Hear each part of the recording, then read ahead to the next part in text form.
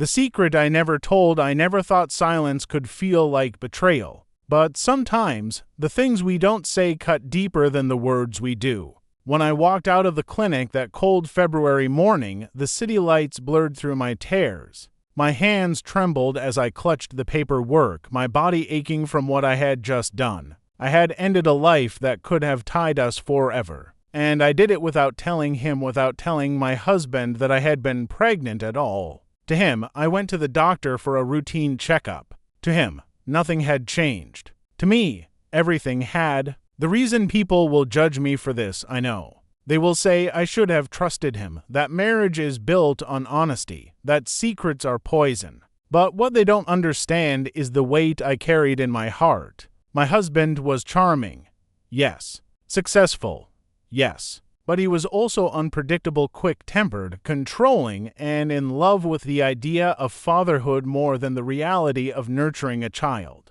He spoke of children as though they were possessions, extensions of his pride, trophies for his ego. And I knew, deep down, that if I told him, the decision would no longer be mine. So I made the choice alone. The guilt at first, I told myself it was for the best, that the marriage was already cracking under the weight of unspoken resentments, that bringing a child into this house would only bind me tighter to a man I no longer trusted. But guilt is patient. It doesn't scream, it whispers. It crept into my nights, into the moments when he wrapped his arms around me, into the times he looked at me with tenderness I no longer deserved. Every smile I gave him was a lie. Every kiss a performance. And then, one evening, he found the receipt. The discovery it was buried at the bottom of my bag, a folded slip of paper I thought I had thrown away. I walked into the living room to find him holding it, his hands shaking, his face pale.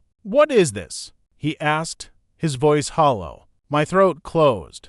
Words scattered in my mind like frightened birds. I opened my mouth, but nothing came out. "Tell me you didn't," he whispered. But my silence was the answer. The fallout, the look on his face, is one I will never forget: shock, grief, rage, and something else, a deep, unhealable wound. "You killed our child," he said, his voice breaking.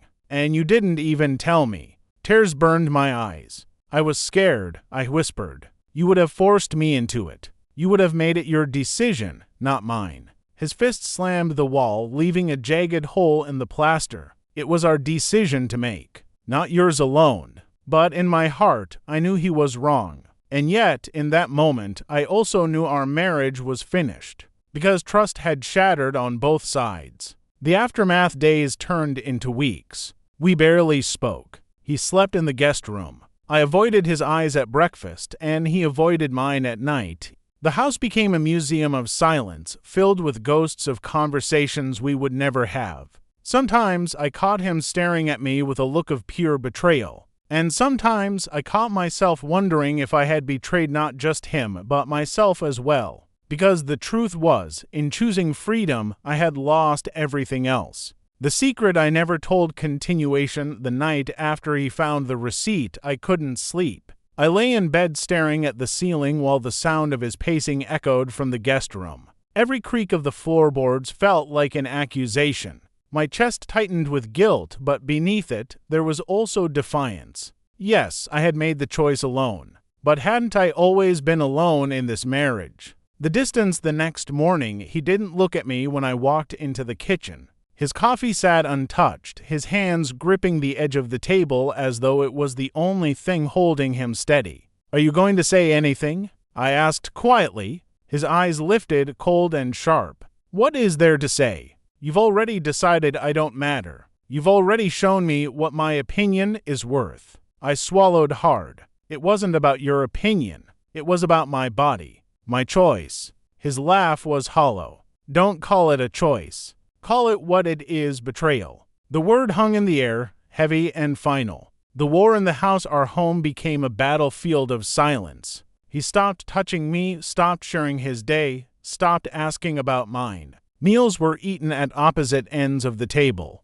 Nights were spent in separate rooms. But the worst part wasn't the distance, it was the way he began to look at me, as though I was a stranger wearing the face of the woman he married.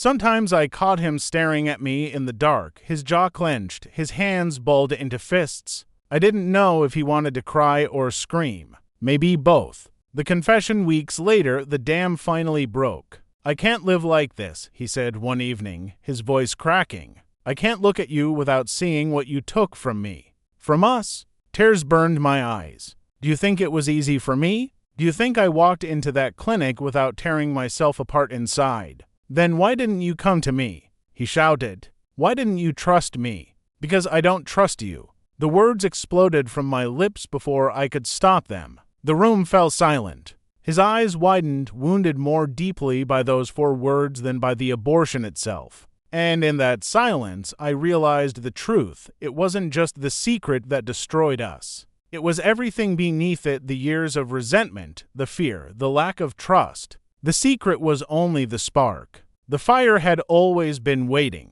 The breaking point after that night, things spiraled fast. He drank more. He stayed out late, coming home with the smell of perfume clinging to his clothes. I didn't ask questions, and he didn't offer answers. The betrayal had already hollowed us out. What did it matter if there were more? One evening, he came home past midnight, his shirt wrinkled, his eyes glassy. "Maybe I should find someone who actually wants to have my child," he slurred. My stomach twisted. The threat wasn't subtle, it was a blade pressed against the thin skin of what remained between us. And in that moment, I knew. Whatever love we had once shared was gone. A month later, I packed my bags. He watched me from the doorway, his face unreadable. "So that's it?" he asked softly. I paused, my suitcase heavy in my hand. "That was at the moment you stopped seeing me as your partner and started seeing me as your enemy." His lips parted, but no words came. And for once, I didn't wait for them. I walked out, my footsteps echoing in the hallway, each one lighter than the last. Aftermath, it wasn't easy. Divorce was messy. People whispered. Some judged me harshly, saying I should have told him that marriage meant sharing every secret, every burden. Others defended me, insisting a woman's body was her own. But in the quiet moments, when I sat alone in my new apartment, I didn't think about who was right or wrong. I thought about freedom, about how silence had once been my prison and now, finally, it was my peace. I didn't know what my future would hold. Maybe love again, maybe not. But I knew one thing for certain, I would never again apologize for taking control of my own life.